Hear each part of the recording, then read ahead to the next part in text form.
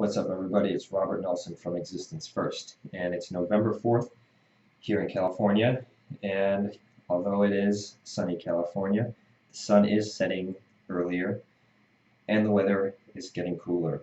And people are starting to make these claims of feeling down. Oh, I have seasonal affective disorder, or the winter makes me depressed, this or that. And I grew up in Chicago, so it was even worse over there. And this issue is therefore very deep to my heart. I hate this idea of the winter making you feel bad because it takes away from the quality of your life. So let's first let's open our eyes and take a look and see what could possibly be going on. If we're going to say that the winter is making us sad, let's come up with some ideas. Okay, number one, maybe the cold weather means that you are staying indoors and not exercising.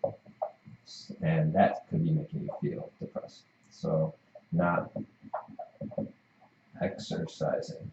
All right?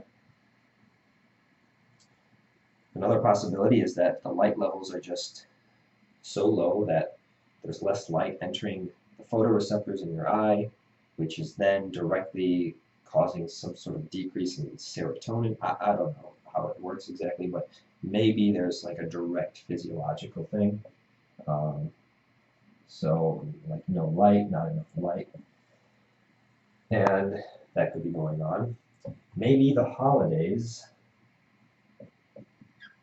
remind you of a negative memory from earlier in your life.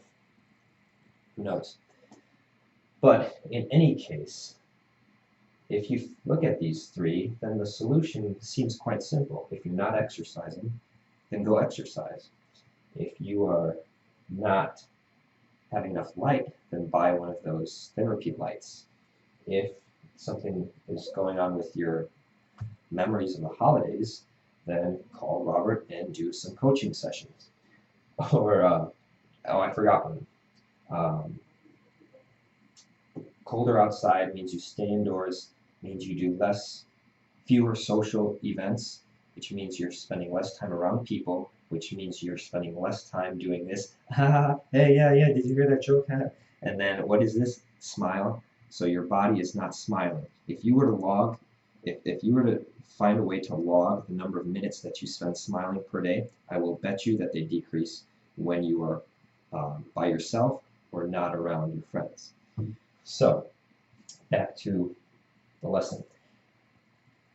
So, all of these, it seems quite easy to fix. So why is it so hard for people to get out of depression? And I deal with this in my day job. I work with people who have diagnoses of major depressive disorder. And so what is going on there? Well, let's say winter is making you sad. And then what happens is, because I'm sad, I'm too sad to do anything, right? I don't want to do anything. But then by doing nothing, you're making yourself even more sad. I was thinking about the word depression, actually, and it kind of made me think of a pen, right? These clicky pens. So check this out. Right now, let's say the pen is unpressed. It's not pressed. Right now, it's pressed. Right now, it's depressed. And what does a depressed pen look like? What does it do? This is it. And what happens when somebody comes along and tries to lift you out of your depression? They say, hey man, lighten up, come on. Like, just focus on the positive. Come on, focus on the positive. And what happens? You stay there. And why do you stay there? Because that was external energy coming on from the outside on top of you, oppressing you, higher energy than your energy, right? Sometimes I can pull my clients out of depression by lowering my energy so low that it's lower than theirs, and I'm like, well, I guess we could meet next week. And what happens when I drop like that? If I drop lower than them, now they're on top, and they feel all this freedom to start voicing more, and to start doing more. Now, boom, like water underneath a raft, boom, now they're lifted up. So, how do you make this pen not depressed if you're not going to just lift it up? You do it by pushing down, letting go. Push down and let go. All right? Now, what does this pushing down mean? If you're going to push down, what is that? Is it a thought or an action? It's an action. Okay? Right here, you can think all you want about trying to get yourself not depressed. But until you take action, boom, and you put something into it, then you're going to stay the same way. So, instead of doing nothing, now we're going to act. And how are we going to act? There's a few things you can do. You can start exercising. You can start putting more light in your environment. You can do coaching sessions. But if you are acting, then this is the only way out. Now, it's kind of like a car. And then after I make this point, I'll make one more. But the car